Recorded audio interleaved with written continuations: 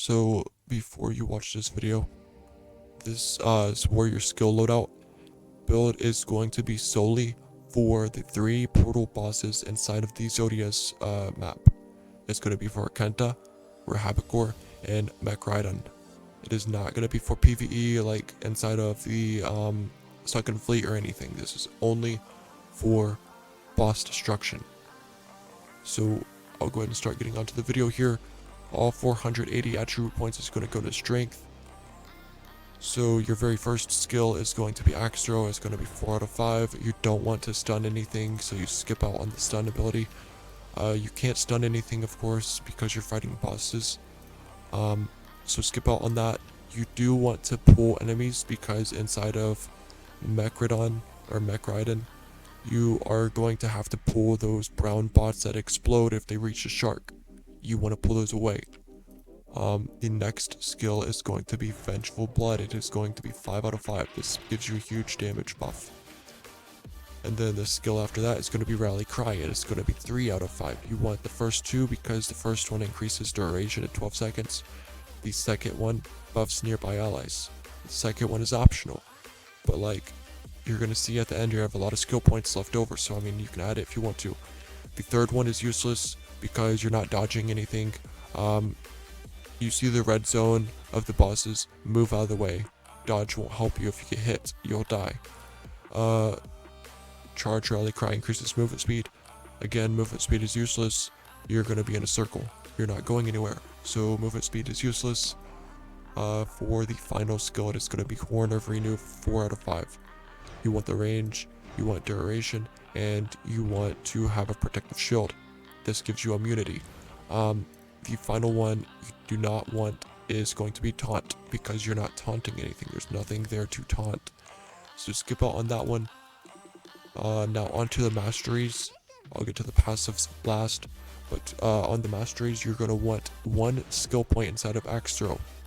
What this does is it applies a bleed to the target, which then gives you a chance to proc your Chaswell Vest or your Kraken level 81 Arcane Vest over time. And if you was to proc your vest with your Neptaris, you're going to do millions of damage, and the boss is dead. So that's why it's powerful.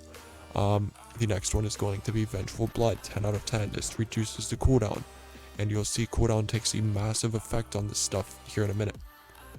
Also, Rally Cry is going to be 10 out of 10, so you get a huge strength bonus. So for ultimate is going to be the 6x strength, the rage, of course. And finally, passives. Skip out on armor. You don't need armor. If you're a warrior at level 81 focusing on this build right now, you're going to have some decent gears, meaning you're going to have enough armor to survive hits. The level 81 armor cap is going to be 8,752, I think, or 756, one of the two numbers. If you was to have 100 million armor, you will take the exact same damage you would as having 8,750 armor. There's an armor cap in this game. It's retarded, I know. So skip out on armor, go to critical shot, 5 out of 5, go to damage, 5 out of 5, go to strength, 5 out of 5. Dex, agility is also going to be 5 out of 5. This gives you extra damage. And then for knowledge, this gives you intelligence, 5 out of 5.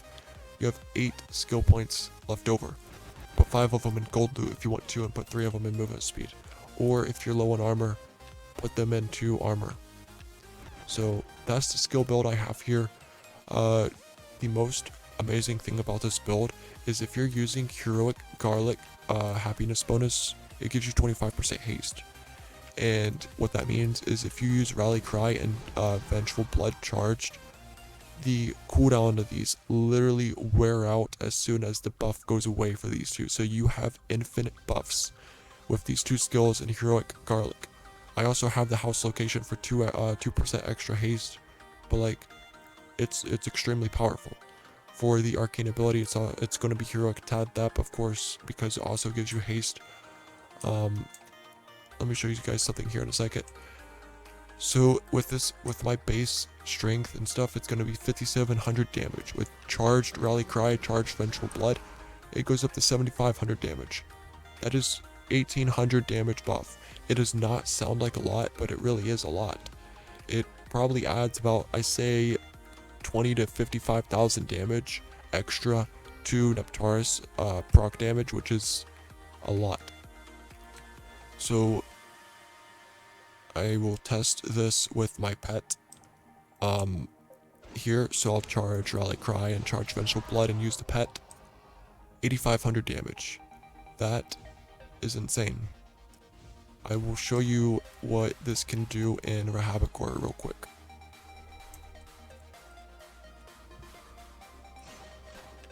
My slow ass warrior will walk faster, that'd be great. Let me switch to movement speed. So if I go to normal Rahabakor, and I'll compare the damage here actually. So I'm going to use 0 haste and just 4,000 damage. 4,000 damage is nothing. I won't use skills until after I do the first proc and show you guys the difference. If I can proc, it takes 99 years. I am unlucky as hell.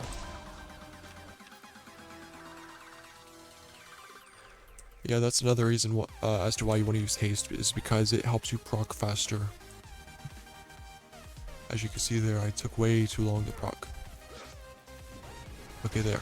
So I do 110,000, 186,000, 90,000, 89,000 damage with 4,000 damage on. That's not a lot. So if I go back into this map and I use the charged skills and then do the damage, let's see what the difference is. I just hope I get lucky. Okay, I did. I do 107,000, 165,000, and this is not critical hits. On a critical hit, I did 330,000 damage there. And on the previous test, without these skill buffs, I did 180,000 damage on a crit. With this one, I did 330,000. Now, let's add my haste pet. And let's use the arcane ability with these skills. You're going to see its health go down extremely fast. So if I get up here, usually you want to charge the skills before you proc, so you have time to use your ability and proc. Check that out. I do 500,000 damage a hit. I can even get it down to almost dead and one proc with all that stuff activated. So you can see how powerful that stuff is. Everything adds up. So anyways, good luck with the warrior. This is the best boss destruction loadout I have today.